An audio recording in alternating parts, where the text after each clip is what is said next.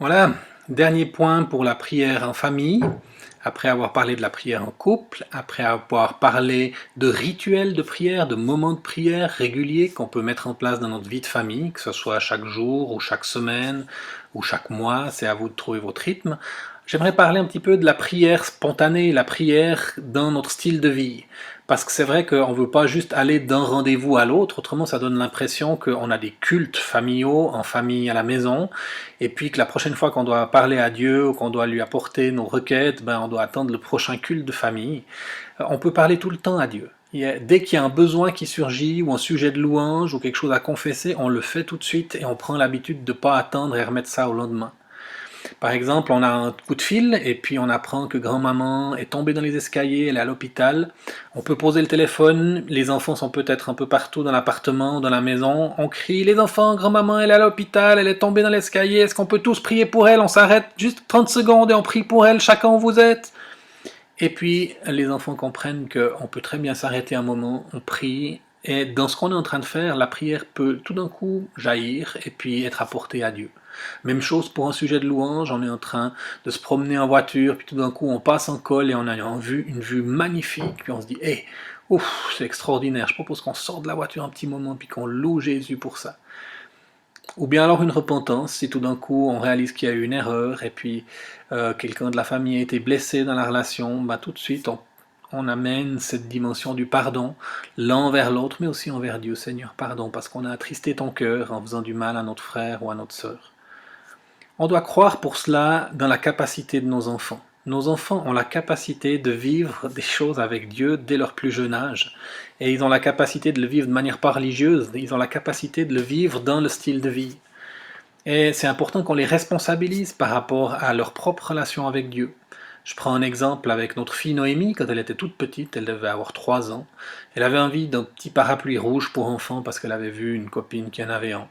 Puis nous, début de jeunesse en mission, on n'avait pas beaucoup de sous, puis on avait déjà un ou deux parapluies pour la famille. On a dit, écoute Noémie, on n'a pas forcément envie d'investir pour un parapluie maintenant, mais tu peux très bien prier pour ça, puis demander à Jésus. Et alors, ni une ni deux, elle est montée dans sa chambre, elle a prié pour ça. L'après-midi, elle allait avec sa grand-maman à la vente de paroisse du village, et il y avait un jeu à une place qu'on appelait la pêche miraculeuse, où les enfants devaient faire passer une canne à pêche derrière un rideau, et de l'autre côté se trouvait une personne qui mettait un petit cadeau dedans. Et quand Noémie a remonté sa canne à pêche, il y avait au bout un parapluie rouge. Elle était tellement encouragée et touchée de voir que Dieu peut être précis et Dieu répond aux besoins qu'on peut avoir comme ça. Baptiste, de son côté, a beaucoup lutté avec des peurs. Alors, on a prié pour lui, bien sûr, tous les soirs. On a fait tout ce qu'on a pu pour laisser la porte de la chambre ouverte, la lumière dans le couloir, une petite veilleuse, des choses comme ça, mais les peurs étaient fortes. Donc ce qu'on a fait aussi, c'est qu'on a écrit tous les versets bibliques qui disent ne crains pas, et puis on les a mis sur une feuille qu'on a mis sous son oreiller, et que si au milieu de la nuit il avait des peurs, il pouvait allumer la lumière, lire et proclamer ces versets bibliques. Et plusieurs fois, ça l'a beaucoup aidé. Mais à un moment donné, ces peurs, elles ont pris le dessus, et puis il a eu plusieurs nuits d'angoisse. Et à un moment donné, je me suis dit, en tant que père, c'est mon jardin, je ne vais pas laisser le serpent venir dans mon jardin et puis détruire les nuits de mon fils. Donc j'ai senti que c'était important que je jeûne et que je prie. Et j'ai eu l'idée de l'associer et de l'inviter à venir jeûner avec moi pour pouvoir résister contre ses peurs. Et c'est ce qu'on a fait un soir. On a simplement sauté le repas. Et puis, on a été dans sa chambre, puis on a pris, ça n'a pas duré longtemps, on a pris une demi-heure, 40 minutes. Je lui ai expliqué ce que c'était que le jeûne, que certains esprits sortent que par la puissance et par le jeûne. Et puis, on a pris autorité sur les puissances de peur, on a demandé à Jésus de venir au nom de Jésus, on a prié pour que la paix du Seigneur, elle règne là. On a regardé si dans la chambre il y avait des objets qui pouvaient donner un droit à la peur, et Baptiste a repéré certains objets, certains livres qu'il a voulu jeter. Et puis, on a fait tout ce processus ensemble. Et il a eu encore quelques nuits difficiles parce que la peur est restée un aspect fragile dans sa vie, mais il y a vraiment eu un avant et un après.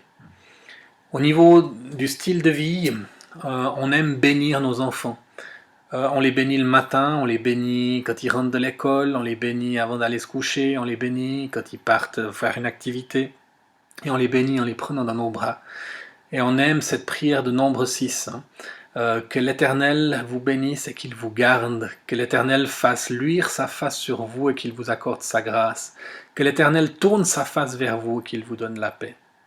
C'est une prière puissante. La conclusion du nombre 6, le dernier verset, dit « C'est ainsi que vous mettrez mon nom sur les enfants d'Israël. Je veux mettre le nom de Dieu sur mes enfants. » Et bénissez vos enfants, faites-le de manière spontanée et naturelle. Il n'y a pas forcément besoin de leur dire « Je peux prier pour toi », vous le faites. Puis si vous voyez que ça les gêne, là vous pouvez leur demander. Pour des ados, c'est des fois plus difficile de les associer à la prière. Et ils ont plus envie d'avoir une distance. Et la prière est plus facile avec des ados si on a d'abord eu un temps spécial. Et puis que le partage plus profond et la prière sont comme une conclusion de ce temps spécial où on a pu vivre quelque chose ensemble au niveau relationnel, on a pu connecter au niveau du cœur. Je crois que c'est quelque chose d'important sur lequel j'aimerais m'arrêter, parce que des fois quand je parle de la prière ou de vivre la spiritualité en famille, surtout dans certaines cultures, on se dit « Ah mais raconte-nous comment est-ce qu'on peut vivre des cultes en famille, comment est-ce qu'on peut vivre des temps d'adoration en famille ?»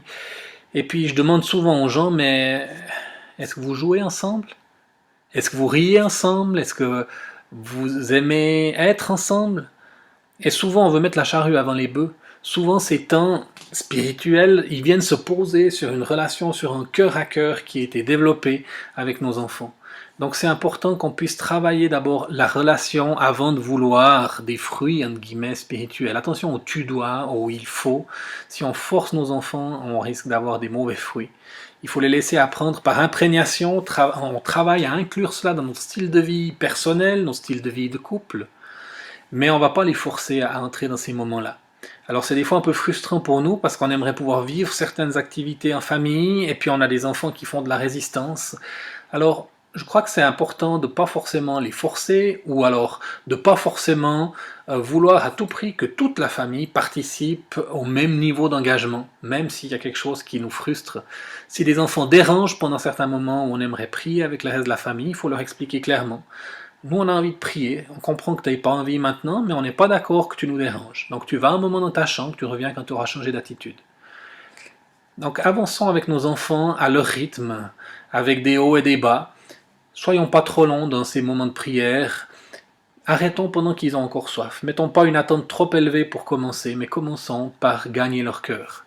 Comment est-ce qu'on gagne le cœur de nos enfants? C'est une bonne question. Moi, je sais qu'un des défis que le Seigneur m'a donné par rapport à mes enfants, c'est d'essayer de passer du temps personnellement avec chacun d'entre eux. Donc chaque mois, j'essaye d'avoir 1 heure avec chacun de mes enfants. 1 heure où il m'a pour moi tout seul et on fait l'activité de son choix. Alors l'activité, je demande qu'elle change chaque mois, comme ça on n'est pas tous les mois à jouer aux jeux vidéo ou bien aller au McDo. Chaque mois doit être nouveau. Et c'est eux qui choisissent chaque fois. Mais l'activité, c'est pas le but en soi. Pour moi, le but, c'est d'avoir un moment où je peux chercher le cœur de mon enfant, essayer de comprendre quelles sont ses réflexions, quelles sont ses luttes, quelles sont ses questions actuelles, et puis de rendre mon cœur disponible, pour autant qu'il le veuille, pendant ce moment-là. Et quand ce cœur à cœur est en place, alors par-dessus, on peut poser des choses plus, entre guillemets, spirituelles. Mais je ne crois pas qu'elles soient plus spirituelles. Parce que des fois, je pose cette question d'une manière un peu provocante à certaines familles. Qu'est-ce qui est plus spirituel? Un temps de prière où tout le monde tire la gueule parce que personne n'a envie de vivre ça, ou un temps où on fait des jeux de société en famille et tout le monde a du plaisir et il y a du rire? Qu'est-ce qui est le plus spirituel? Je crois qu'il nous faut faire attention à ce qu'on a envie de vivre, de ne pas essayer de développer de la religiosité où on met en place quelque chose, des apparences quelque part, mais qui ne correspondent pas à une réalité du cœur. Le réveil commence dans nos familles, j'y crois, et je crois que la prière, c'est un aspect important que Dieu veut nous donner aussi avec nos enfants. Mais ça va pouvoir se bâtir uniquement sur une relation de cœur à cœur pour laquelle on aura investi du temps.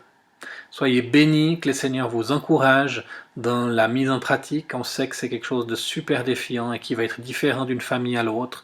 Et peut-être même dans tout ce que nous avons partagé là, il n'y a rien qui vous corresponde actuellement dans la saison où vous êtes.